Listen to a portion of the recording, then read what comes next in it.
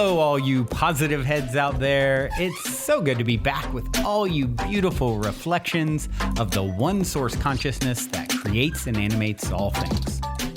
If you're new to this podcast, of course, we're super happy to have you here. And if you've been listening and enjoying for a while, I would be super grateful if you would please take a moment to give us a review on Apple Podcasts. It's one of the best and simplest ways to pay it forward and help others find the show so that they too can tap into the powerful perspectives and positive vibrations we are collectively emanating. The other unique and magical way to share this show is by sending any friends you think would benefit from listening to this podcast our Game with the Universe link at positivehead.com/game. Also listed in the show notes, which will serve them up a quote-unquote random episode when they click it. Just instruct them before clicking the link to close their eyes for a moment and sincerely ask the universe to cue up the episode that contains the insight and perspectives that they most need to hear at this point in their life journey, and then click to listen to whatever episode is synchronistically served up to them. I have heard time and time again from people about the incredible results they received playing the game. So just tell your friends magical results are guaranteed or their karma back.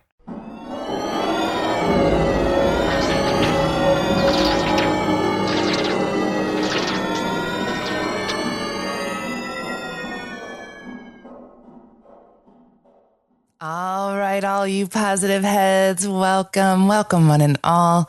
Thanks so much for joining me today as I start recording at 11:11, not on purpose. Very cool. I love it. Today, I want to start out by thanking a couple of our special, beautiful listeners out there. The first one is Teresa, who is new to our Positive Heads group. Speaking of, if you are not on our Positive Heads Facebook group, please join us there. It's a private group where everyone just gets together and offers support and advice and playfulness. And so definitely join us if you have not already. But Teresa just joined and she commented this morning, and I just want to read what she said. I love you so, so, so much. Thank you for approving me. I listen to the podcast almost every day in my car, and most of the time, people probably think I'm 2 bubbles off center as I am fist pumping, slamming my steering wheel, and yelling yes. All this, all the time. What my soul has needed since I got to this planet. Yeah, Teresa, I loved this so much when I saw this morning because I had this visual of you doing exactly that in your car and me being next to you in your car and seeing that and just loving it because I absolutely love to see people doing stuff like this in their cars. It's so much fun. And I love to even like play along too and dance along and smile or whatever, because I certainly am doing that all the time and it's fun when I get caught. So, yeah, it just adds so much more fun to our day. And Teresa, I just wanted to say hello and we love you so much. And I am so glad that you have joined us and I hope you are having a beautiful morning. And the other person I wanted to say thank you to today is Melody, who reached out to me by email, and she reminded me to let all of you know how to contact me since I'm going to be here for a little while now. My email here is Erica, ERICA at positivehead.com. If you wanted to get in touch with me for any reason, if you maybe have a question that you would like addressed on the show, or maybe you want to contact me for QHHT, or even some of the naturopathic consulting and spiritual counseling that I do, because I do all of that in case you didn't know. So that's my email in case you'd like to contact me. Thank you, Melody, for reminding me to do that. I've remembered before, and then I just get talking and I completely forget that I wanted to let y'all know that. So please feel free to reach out. Okay. So today, of course, as usual, I'm, thinking the day before, what am I going to talk about tomorrow? And really nothing was coming up. And so at that point, I always just kind of leave it up to the universe. And that always seems to work out. Actually, Melody had said that in the email that she sent me about it just, the topics being synchronistic with what was going on in her life. And this podcast tends to do that because both Brandon and I are listening to what's going on in our own world and seeing what's going on in the world around us. And it's usually what we wind up talking about. Today, a little different. There was really nothing much going on in my world besides just regular life. And so before going to bed last night, I asked for some guidance. And the only thing I got when I woke up this morning was Gregg Braden. And I love Gregg Braden. And he's been on the show. Just search his name in Positive Head and you'll find it. But I absolutely love him. I had the opportunity to meet him a few years ago, and he's just such a lovable person, and he even gave me a kiss on the cheek. He's very sweet. But I really enjoyed meeting him, and I love what he teaches. And I found a really good clip of his that I'm going to play later. But what was cool about this clip that I found, and was the first one I listened to, is that it goes along really well with a blog article that I had written years ago called Belief versus Proof that actually my fiance Brian brought up to me yesterday. We were just being silly in the kitchen and I made some stupid comment and he asked me about proof and I said, anyway, I shouldn't even say what I said, but anyway, we were just having a funny moment. And so this article was in my mind, and then I listened to this Gregg Braden clip, and I thought, perfect, that's what we're going to talk about today. And so the concept is, why is it that we as humans need to have proof in order to believe something? So one of the biggest beliefs that we have is our belief in God. Most of us, not all of us, but most of us believe that there is something like a God, a source, a power that is bigger than all of us, a power that is our creator. But can we prove any of this? Really, no. Science cannot prove the existence of God, but we still believe it. Why do we believe it? Why do we believe something that this material world can't prove to us? So there must be something greater than proof telling us that it's true, right? So in the case of God and in religion and in general, it's totally socially acceptable to have blind faith and belief. But in the world of science, completely different story. Like not in the least. Everything has to be proven. And what's interesting, this religion and science have been married and divorced so many times in our history. It's quite the duality. And this is just something that we have all come to accept. But I want to remind us all what science is. And science is, by definition, the study of the material world. It's a study. That means it's a constant learning process, which means also that it's ever growing, ever changing. It's learning new things every day. Yet, what happens is that we put science on this pedestal, like it's got it all figured out. We look to science to give us the answers. I'll tell you what, I've been studying science my whole life. I was a biology major. I have a medical degree. I study science. And what I see is, especially I do these continuing medical education credits every year. I have to continue my licensure. And a lot of times I read journal articles, and 90% of the time, and that might be a little hefty of a percentage, but it seems like it anyway. 90% of the time, it is like you get to the end and there is no conclusion. The conclusion is, well, we're not so sure and we need to do a little bit more research. That's how all of these studies end. We don't know. We need to look at this more. So constantly studying, constantly trying to figure out how it all works. But do we really have hardcore answers? No, because it changes all the time. What we knew yesterday in science is different than what we know today, and it's different than what we will know tomorrow. So why is it then that we place so much emphasis on something that we will never have all the answers to and is ever changing.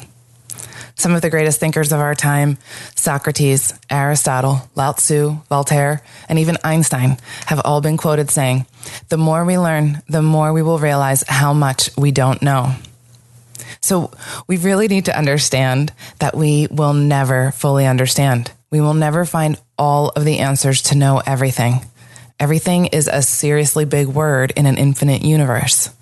If we gain a little humility here, open our minds, think outside the box of science, know that we live in an infinite holographic universe where there is no beginning, there is no end, a great circle of being where everything is possible. Each time we look deeper, there's more to be found, and so will be ad infinitum. Down the rabbit hole we go. Voltaire said, 4,000 volumes of metaphysics will not teach us what the soul is. So I'm not trying to say that science isn't valuable, because of course it is. But it reminds me of something I heard Matt Kahn say. Interesting, not useful. Very interesting, not useful. You know, it's only useful when it involves enhancing our spiritual journey, increasing our vibration, getting us to the next level. That's when it's useful. One of the most important scientific discoveries that has been not recent, I don't even know when this study was done, but it was the study of wave-particle duality. And in case you haven't heard of this yet, the basic idea is if the experiment is being observed, it changes the outcome. And so what that means is that if no one were watching, then the outcome would be different. So when we're watching something, it's a particle. And when we're not watching it, it's a wave. So it all depends. Is it a wave? Is it a particle? Depends on if you're looking. Do you have any idea the implications of that? They're huge. Because for one, it takes basically all scientific experiments and throws them completely out the window, because we're observing in all these experiments. So right there, it is like, well, that's one way. What if we looked at it the other way, where we're not paying attention? It also means that consciousness is truly creating the outcome. Max Planck, who was considered the father of modern quantum physics, when he received the Nobel Prize for physics, he said, "As a man who has devoted his whole life to the most clear-headed science, to the study of matter, I can tell you as a result of all my research about atoms this much, that there is no matter as such, that all matter originates and exists only by virtue of a force, which brings the particles of an atom to vibration and holds this minute solar system of the atom together. We must, as scientists, all assume that behind this force is the existence of a conscious and intelligent mind. This mind is the matrix of all matter." So I find myself thinking, what are we really doing, trying to place so much emphasis on this physical reality, trying to figure it out in order for us to believe the mysteries of the universe? So what happens then when we do try to prove the existence of otherworldly things like God, esoteric things, metaphysical things? What does that then do to our belief system when we need that proof in order to believe? Does that quest for proof then invalidate the belief? And if so, does that then dim the light of true knowing? Because when information or truth is given without the corresponding proof, then as individuals, we have this motivation to seek, and that can come from within us. And in this way, we all grow and evolve. But to be offered proof and to be forced to accept it because it has been proven, that has a minimal effect on our soul's evolutionary process. When proof is not given, the information can then just be accepted or rejected based on our subjective knowing. So what resonates? What feels true? We all have the ability, the innate ability to recognize this. We just don't always trust it. Nikola Tesla said, "But instinct is something which transcends knowledge. We have undoubtedly certain finer fibers that enable us to perceive truths when logical deduction or any other willful effort of the brain is futile. So think for a moment about all the things that are true to you that no one else can prove. Maybe it's your love for someone, like a child or a spouse. You can't prove that. You just feel it. Maybe you've had a loved one who is sending you signs from the other side. Maybe you see synchronicities throughout your days and you just know that the universe is talking to you, because it is. But can you prove these things? You don't have to, do you? Because you just know, and that's good enough. This subjective knowing is so very powerful. So powerful. This is where we evolve from, with using this wisdom that we have within us. So we can rely on our own truths, not by requiring proof, but by being open to all the possibilities and allowing the universe to provide all the validation that you need to strengthen those beliefs. Because that's not worldly proof, but it's the proof of subjective knowing. And that resonance within you that says, yes, this is true. May not be true to anyone but me, but if my inner being says so, then I'm going to listen to it. And the minute it doesn't feel true anymore is the moment that it isn't. Gandhi said, "What is truth? A difficult question, but I have solved it for myself by saying it is what the voice within tells you." So, proof can often help to solidify, give additional confirmation to a belief, but it's the belief, it's the thought, and it's the energy that runs the show. In most recent years, there's been a ton of science out there showing that our thoughts are really creating our reality.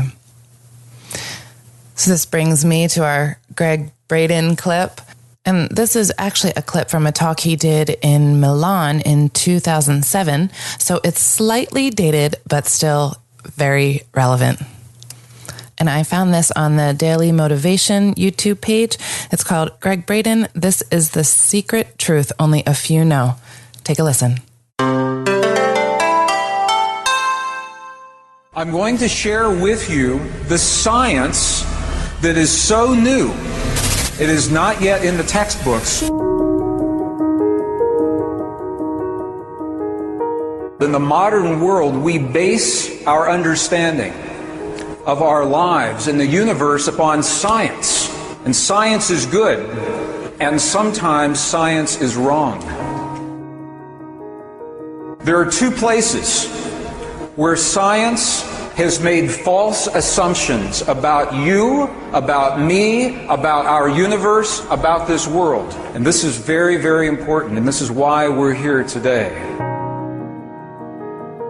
Science tells us that the space in the emptiness of the universe is truly empty. And we know that that is not true. That the space between you and me and the space between the stars, they say, is empty. But that's not true. Nothing could be further from the truth. Because there's something in that space.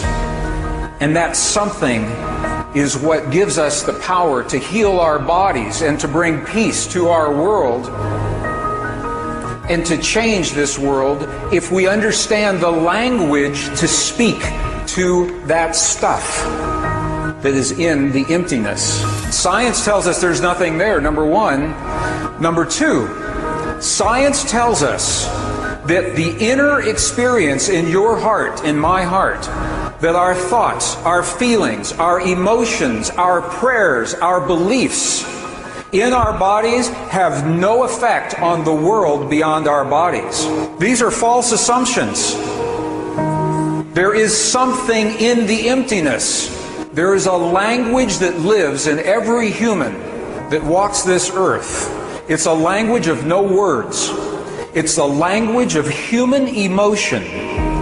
It's a language that was lost to Western traditions 1,700 years ago. But it's a language that has been remembered in ancient and indigenous traditions. We're going to learn how to use this language to speak to this field, the divine matrix, in a way that is meaningful and useful in our lives. I'm going to share a story with you. It's a true story.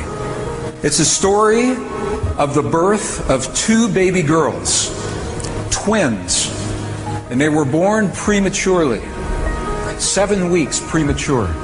And there is a practice in the United States when babies are born prematurely. The first thing they do is separate the babies. Now, can you imagine living in the womb of your mother for 6 or 7 or 8 months and living close to another being, your twin brother or your twin sister, and hearing the heartbeat of your mother every day and the heartbeat of your twin every day, and suddenly you're taken from that environment. And the first thing that happens is you're separated, and they put one twin, one premature baby in one incubator, and the second baby in a second incubator under the hot lights of the intensive care unit in the hospital. They put them in separate rooms, lying on their stomachs, face down. That's what they do with the new babies, the premature babies. So these two baby girls came into the world. And this is what happened. They were separated, taken to different rooms, and immediately one of the little girls began to fail. Her vital signs began to drop. She was dying. There was a nurse who was working at the time. And the nurse said, "I must do something or this baby will die." She said, "I'm going to break the rules. I'm going to break the protocol." And she reached in, picked up the young baby that was dying. She took her into the intensive care unit with her sister, and you know where the story's going. You know what happened. She put the weaker girl in the incubator with the stronger girl. But this is where the story gets really interesting. And this is what tells me what I'm about to share with you is something that we are born with. It's not something that we learn. Because here is what happened. They put the weaker baby girl in with the stronger one. And immediately the stronger one reached out with her arm and placed her arm around the shoulders of her baby sister. And the minute she did that, the instant she did that, her sister's vital signs stabilized. And she got stronger and stronger and stronger, and they both lived. Okay, can you feel that feeling? Can you feel that? I can see you're holding your heart. Some of you have tears in your eyes. Why? That feeling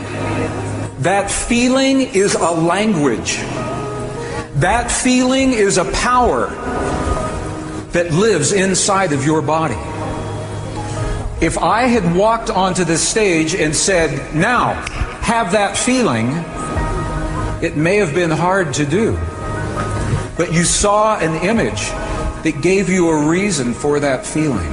It's a powerful story. It's a powerful image. It's true.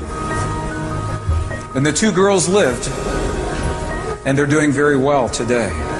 Is something that does not happen in your mind. It happens in your heart. The image and the story went directly to your heart. It bypassed your mind. It bypassed the filters. It bypassed the logic, the questions, the conditioning, the judgment. It was just a feeling. Today, modern science is beginning to understand that that feeling that happens inside of our bodies has a direct effect on the stuff our world is made of, on the atoms and the molecules of our physical world.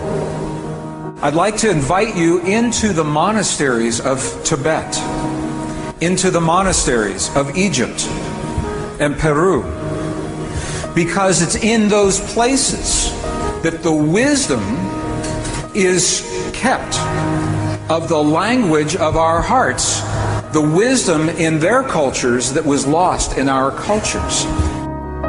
We will see a woman that has been diagnosed with cancer, And we can see inside of her body through ultrasound, through a sonogram.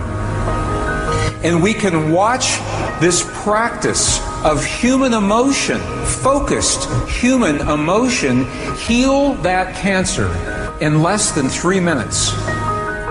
Who are we?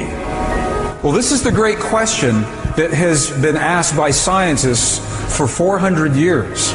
When I was in school, I was taught that the universe began a long time ago, and that we have come along relatively recently, and that we are essentially powerless specks of dust in the universe.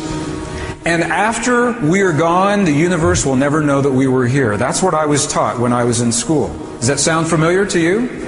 That's one way of thinking. There is another way of thinking that says something very different. It says the universe began a long time ago.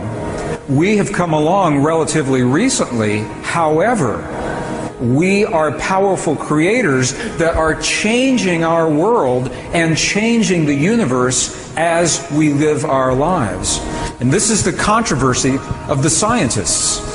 Albert Einstein believed the first idea. Albert Einstein said we live in a world which exists independently of us humans, which stands before us like a great eternal riddle, at least partially accessible to our inspection and thinking.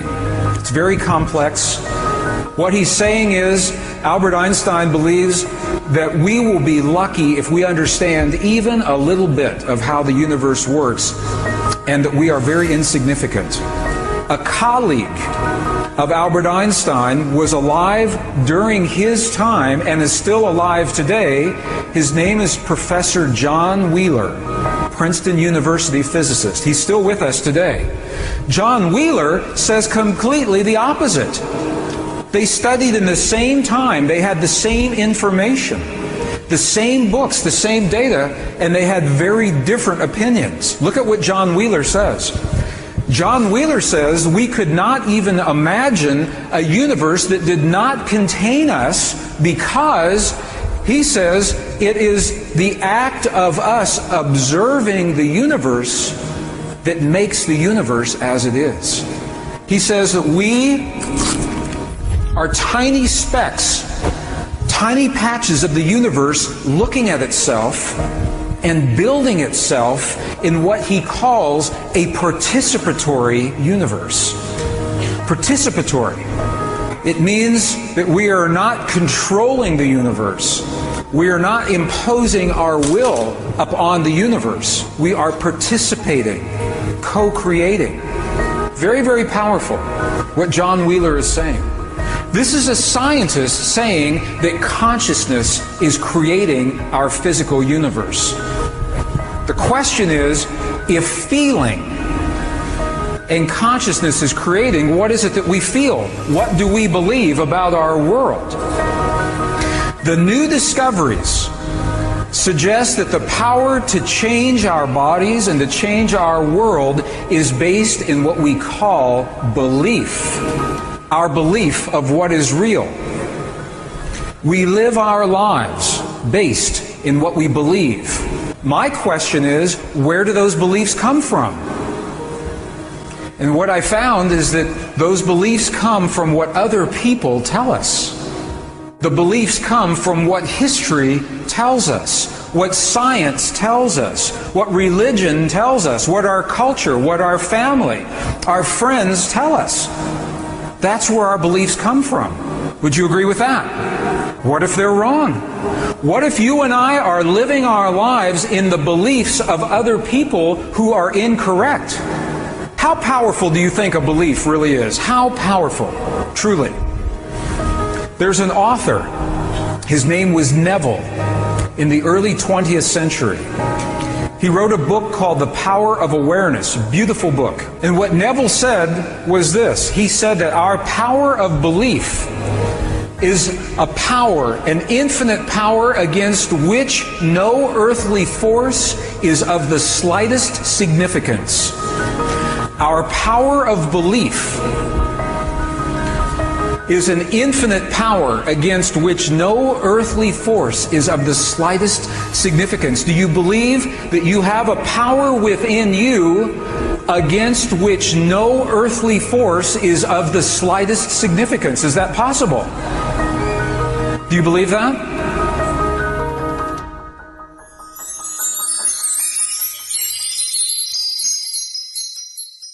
So do you believe that? Do you believe that you have a power that is an infinite power against which no earthly force is of the slightest significance? If you don't believe it, try convincing yourself, because it's true. That is the one thing that is true in this universe, is that this power inside of us is infinite. And I love how he said there at the beginning how sometimes science is wrong. And science says things like the space is empty. This 99.9% space that is in every atom within, that is seen holographically throughout our entire universe, that's empty. And that is very far from the truth. That's where all the power is. That's our power to heal in that space and to be able to understand that language, to speak to that space. And what is that? Those are our thoughts. Those are our beliefs. Those are our feelings. Our emotions are the language of this space. And all of the ancient cultures and indigenous cultures around the world understood this. How great was that story he told about the babies? How many of you teared up? I certainly did. It's hard not to. It's hard not to feel that. I know you all felt it. That is the language. That feeling in our heart. And that point he made about this doesn't happen in our mind. You can't just make it happen. This happens in our heart. It bypasses our mind. All of the logic, all of the conditioning, all of the judgment. Our heart, our emotions, it bypasses that. These feelings have a direct effect on our physical world. So it's so important for us to stay heart-centered, because that is where our power is. And that's a really great way to do it, is putting your hand on your heart and thinking about those who you love. And we can believe what we were taught in school, that we are just powerless specks of dust. Yeah. Or we could think completely differently and know that we are powerful creators who are changing the world and the universe as we live, and as we live in our heart center. He talked about Einstein there saying how that we will only ever understand a fraction of how the universe works, and that he thought that we were insignificant in it. But one of his colleagues, John Wheeler, thought that if the universe didn't have us, then it wouldn't exist. Not the way we know it anyway. It wouldn't exist because we weren't there to observe it, just like that wave particle study, which makes this universe a co-creative, participatory universe where we are doing all of the creating with our consciousness, with our hearts. And we have the power to change our bodies, to change our world based on our beliefs, our belief in what is real. We don't have to believe those things that have come from the other people in our lives, from history, from religion, from our culture. Because what if they're wrong? And a lot of times they are. We need to come up with our own truths and our own beliefs. I really loved how he brought up Neville's book, The Power of Awareness, because I just mentioned it, I think Thursday. It's one of my most favorite books, and he actually was the person who recommended it, or who I had heard recommend it years ago. Maybe it was this video that I saw years ago, who knows? But that quote deserves repeating. Our power of belief is an infinite power against which no earthly force is of the slightest significance. Do you believe that? Hopefully you believe that, or you're getting closer to believing that, because that's definitely one of our main messages that we would love to get out there. Believe in your power. I'll keep talking about it all the time. Believe in the power that you have within you. This power is infinite. You beautiful, shiny, crystal being. You have infinite power within you. With that, everyone, I'm out of here for today. I'm going to leave you with a song. This is Ayla Nerio, Hum. Till next time, everyone. Love you all. Hum inside my heart a little while. Come closer with the honey of your song. Your dance is a code, is a pathway to what's given. I am learning how to listen. Hum inside my heart a little while. From you comes the honey of my song. Tender to the tendrils, blooming color, taste, and longing for you who kiss the petals of my reach. Our minds send us farther than our legs can carry us, but your flight weaves the membranes of our step. So we give our voices, to the ones who've left us. So we give our voices to the ones who cry in silence. So we give our voices, to the ones whose speech is running under soil beneath. So we give our voices, to the ones who left us. So we give our voices to the ones who cry in silence.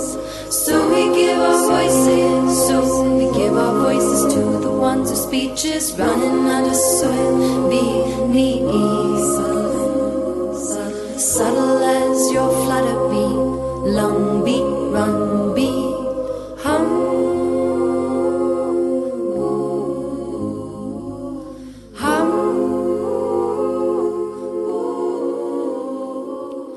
Hum inside my heart a little while.